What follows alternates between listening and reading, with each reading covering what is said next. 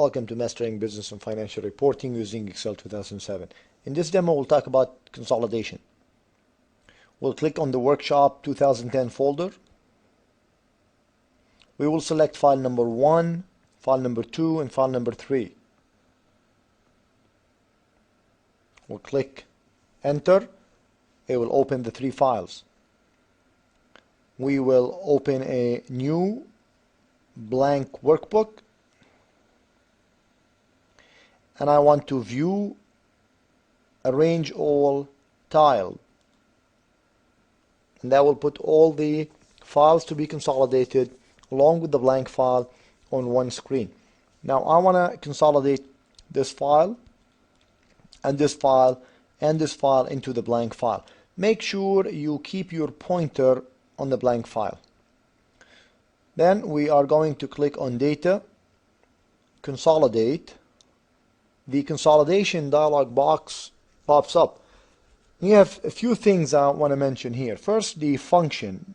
The consolidation allows you not only to add together things, numbers, but it will also allow you to do the count, the average, the maximum, the minimum, and some other functions. In this example, we will use the sum function. The reference is where I am going to enter my range reference from the source files. And once I do that, I will click on Add to include it in all references. But before I finish my consolidation, I need to make sure that I click on the top row and the left column and the Create Link to Source Data. The top row and the left column are mandatory for the consolidation to work properly. The Create Link to Source Data is option. It's an optional thing that you can do. And if you click on Create Link to Source Data, it will create a link between the consolidated data and the source, so that when you make changes to the source data, automatically the consolidation results will change. And if you clearly do not check that box, then no updates will be transferred to the consolidated data. So let's go and select the references. When you select the reference, you want to make sure that you select the data along with the column header or the field name for every column. In this example, the name for these field items is item, and the names for these numbers is January, and the names for these numbers is Feb, and so forth. So when I select the data, I want to make sure that I select all the data along with the column or the data field name. I will click on Control Shift, one time right arrow key, one time down arrow key. I'm done. I click on Add. Then I move on to the second one.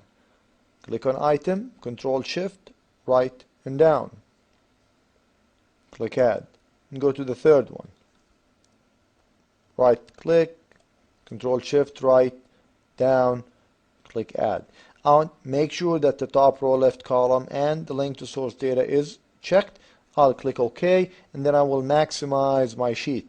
I notice that by default, Excel highlights the range, as you can see. And this is good because I can click on this small box, if you will, square, and then double click between any two columns to auto fit my columns. It will create a blank column here. The reason I have blank column is because if I click on the subtotals here, 1 or 2, you see that the detail of every field name will be given here. Notice the